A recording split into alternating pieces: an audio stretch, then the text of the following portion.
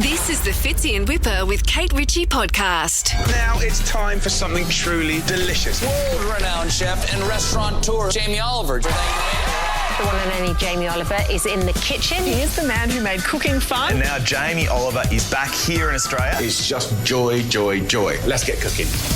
Absolutely adore this man. Yeah. Actually, the last couple of times we've spoken to him, they have been for the inaugural Australian Food Hero Awards, and we find out about these heroes around Australia, and Jamie's finding them because we're going to unveil the winner very, very soon. But Jamie Oliver, welcome back! Jamie! Australia! Thank you. So exciting. Can you give us another example of some of these food heroes that you've met here? Well, listen, basically, we've got Food Educator of the Year. We've got, people that have been making a difference in communities with kids and food education, and it's been amazing. We've had thousands of people send legitimate contenders in from all over Australia. We've now picked the winners, and we're going to fly them to Sydney. Awesome. And I'm going to cook for them, and I'm going to give them some love. I've got a nice award that I've had my mate make. Love that. Basically shine a light on great Aussies doing great things for food and environment and nutrition and kids and all that good stuff. So I love it when you talk about love, and even in that opener there, and you talk about joy, joy, joy. Because I've never had the pleasure of meeting you before,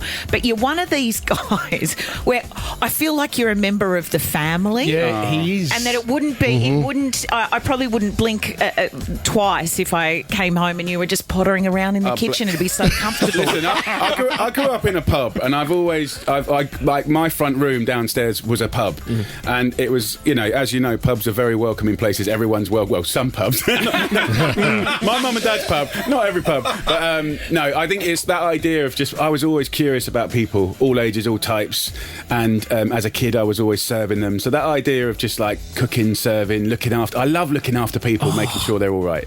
How special is that? And Jamie, you are going to stick around, so we've got plenty of time for stories. But just quickly, a debate that's raged on this show. Am I pronouncing this correctly? Bratwurst. Bratwurst. Bratwurst. Bratwurst. But also you're talking to a dyslexic who ain't good at foreign languages. So join the club, you buddy. don't know which order the letters are in anyway. I did a video yesterday. I went R.M. Williams and I went M.R. Williams. I just got it completely the wrong. It's like, I can't read nothing. Here's another one for you. I pronounce it bruschetta, or is it bruschetta? Bruschetta. Bruschetta. And also, normally intelligent people say like prosciutto instead of prosciutto. Or like when I was back in the village, the old lady used to go focaccia. What? Focaccia. Oh, focaccia. okay. Focaccia. I was going to say. And Jamie, sorry. She was an old biddy, and she used to say, "Ooh, bagger, darling, ooh, bagger." And the Americans used to say, "Why she keeps saying bugger?" And it's just like lingo and bad. Awesome. Didn't Nigella Lawson call it what is it? Microwave. Microwave. Which was a microwave. No, she's just very good at making it sound posh. But she can say anything. She can say anything just by keep me. talking to me. Yeah. Jamie Oliver, thanks for being here, buddy. Fresh off the street. It's so good to be back. Fresh off the press as well. Simply Jamie, celebrate the joy of food. How many books is this now for Mr. Oliver? It's my 28th book over 26 years. Oh my God! And I love it, and I still feel excited every year. Still get nervous every year, and I love it. It's for me, it's about listening to the glorious public, seeing what they want, seeing what they need, trying to be useful. That's my job, to be useful. Yeah. And interestingly, the audience is changing a lot. I mean, if you think like back in the Naked Chef days, the average time in the UK cooking was 46 minutes a day. Yeah. What is it now? Before COVID, it was 21. I think it's more like 18 now. So like we know a lot because of social media, and we're like scrolling through it, but actually people are cooking less than ever. Yeah. So I got to change my tactics. What are the trends have you seen change? The trends are what we call component cooking. So basically like much more things that are like do the half the job for you. So if that's like a curry paste with 20 ingredients, then you can buy a bit of protein, get some veggies and just rattle it out nice and quick.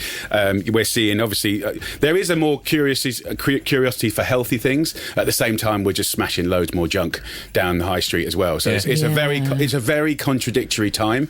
But more importantly, like there's less people cooking now than ever, which upsets me a lot, because I think to be British or to be Australian is to cook. Absolutely, and it's how you spend time together and show love and all of those things. Cooking is much more than eating, 100%. Isn't it? Yeah, and that's why after 25 years, like that's why I tried to. There's 5 chapters in this book, Yeah. and I wanted to boil it down like a little chicken stock and make it like the most profound, easy way, like break it down. Yep. Like, what do I do at the weekends to save time? So, yeah, if you look at the chapters, I've just tried to make it as simple for people and lay it out as simple for people as possible. Actually, Jamie's going to be talking about the new book this Saturday with the project Sarah Harris. We love Sarah. Actually, do you know what? Tickets are available at Ticketek if you would like to go along. It's at the Sydney Coliseum Theatre.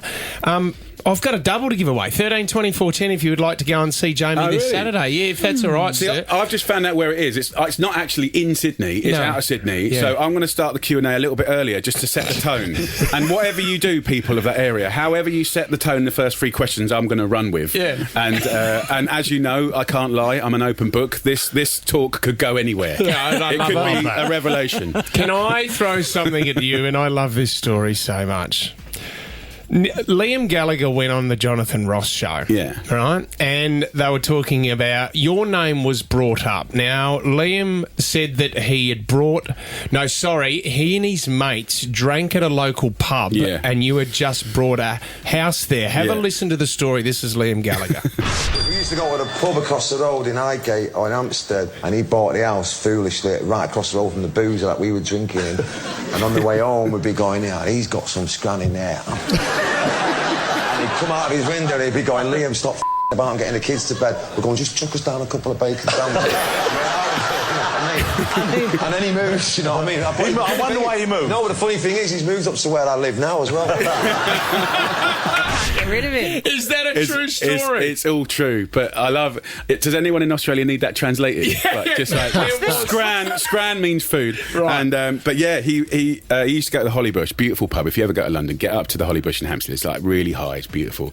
But actually, it was so cool. I was literally 20 feet away from the pub. It actually wasn't a problem. That's not why I moved. I used to watch like TV, like sports at the weekend. I used to get out my front room, go and get a pint, then walk back to my front room. It was so good. I've never been happier. Wow. And that's the happiest house I've ever had. But yeah, that's a dream. He used to knock on the door, shout through the letterbox, give us a bacon sarnie. Can I just say, like, because he's so cool, and I do love Oasis, but there's a secret, like, there must have been bombs go off in the wall, but there's a secret park just behind where no one goes. They just walk dogs. And he wears a parka and goes running. And however you think Liam Gallagher would run, he does. Right? He has the collars up, the parka, and he has his like little fists up like that, and he's just like, I'm just running. I'm just so much shame. But it is the funniest, and no one sees him. But when you've got binoculars, as I do, it was just gold. That sounds creepy. Have you heard about? No, I'm not perving. I'm just curious. No, I'm actually working out that it wasn't you that wanted to move from that house opposite the pub. It was your wife. Have you heard about Liam's kitchen hack? No, and Noel, his brother, tells this story. It's one of the funniest stories ever. Our kids round at my house one night, and he opens the fridge, and there's a bottle of champagne in it with a fork in. And he said, "What have you got a fork in the bottle of champagne for?" And I said, "Well, it keeps it fresh." Does it? I said, "Yeah, it keeps it fresh." He's like, "No way, that's amazing." About a week later, I went round to his house. He had a fork in a pint of milk. I love him. Is he not the best? He's as cool as cucumber. But he's like, I went to actually see them play Definitely Maybe before they got back together, and it was like a 25-year anniversary or whatever it was. And I went to the O2 Centre, and as I was walking around, I saw Noel in a box, and I knew there was something fishy going on. Yeah, and no one believed me, but I knew, I could feel it.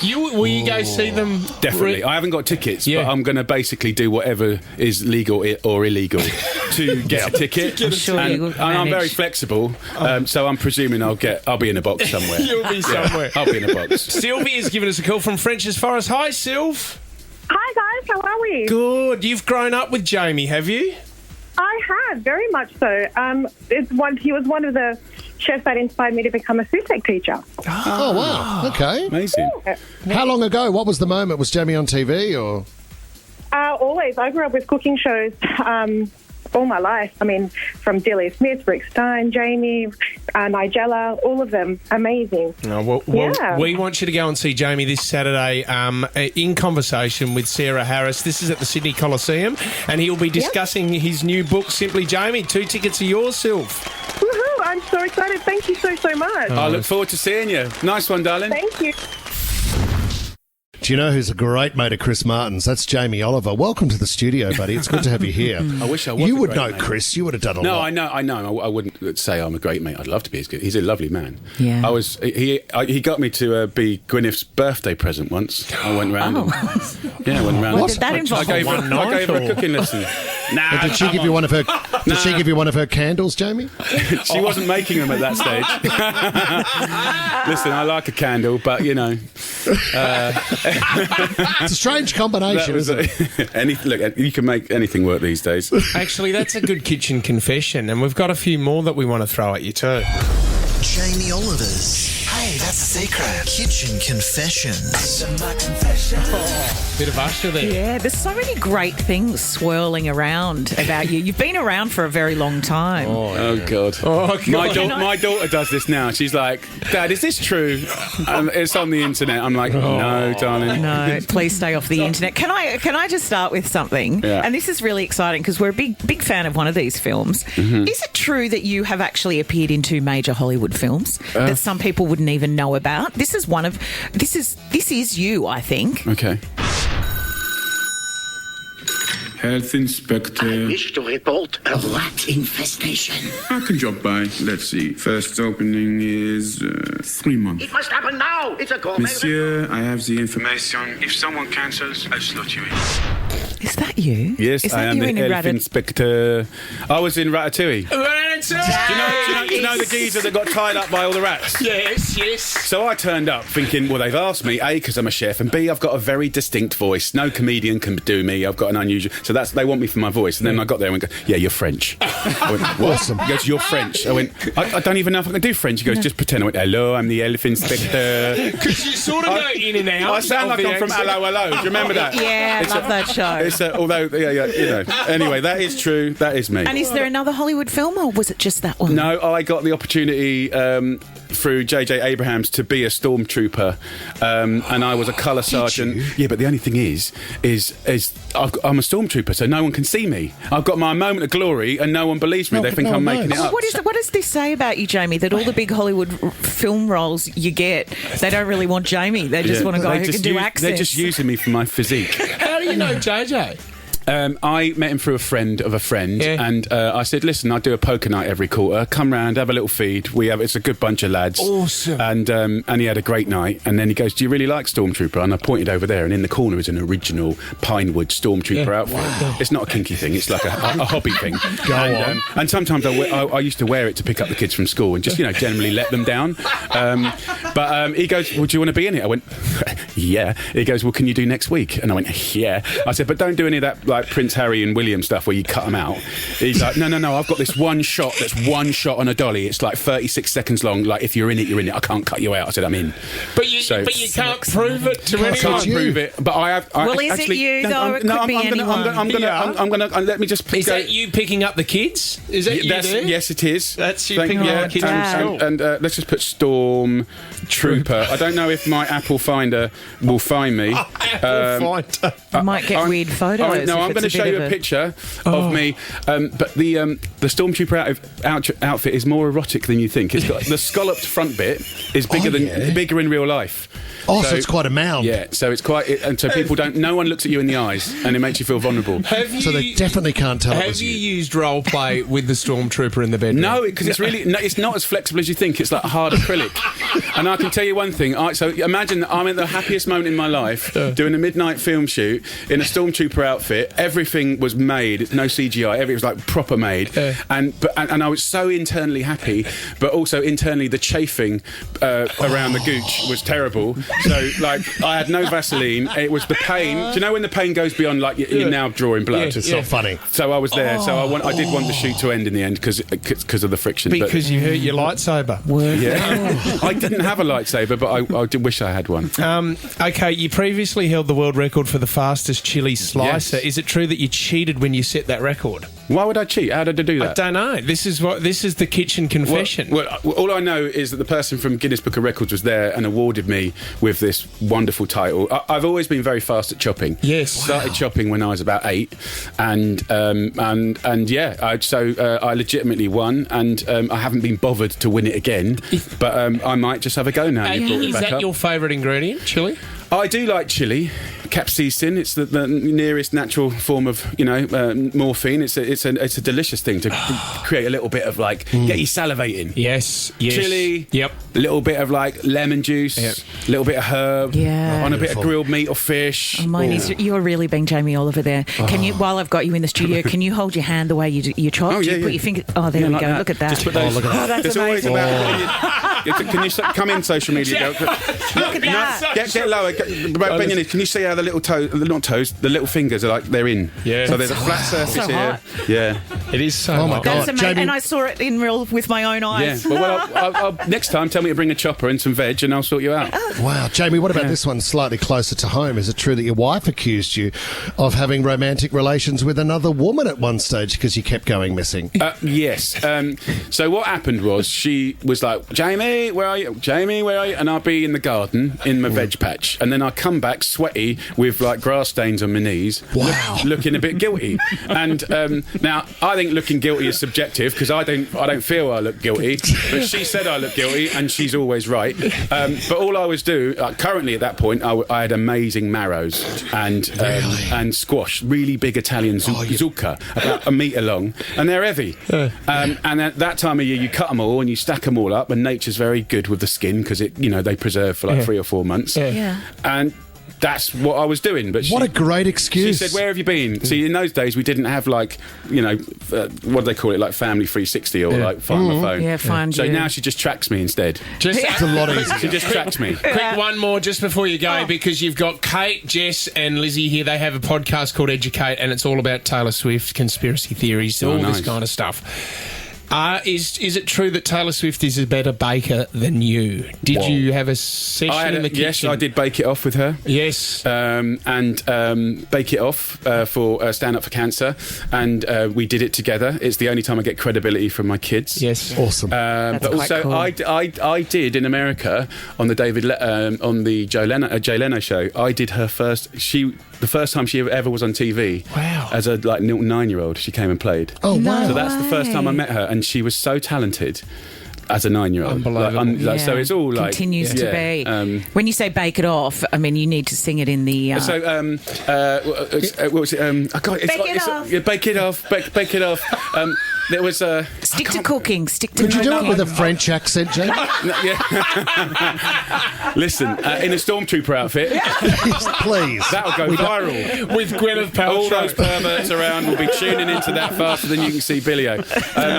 It is quite a funny little thing that we did. But I don't know how her cooking's going now. She doesn't have time, surely. You are a legend, mate. Thank you so much. We know how much you love this country. The winner of Jamie Oliver's inaugural Australian Food Hero Awards will be unveiled on the 13th of November, but you've got a brand new book out as well, Simply Jamie.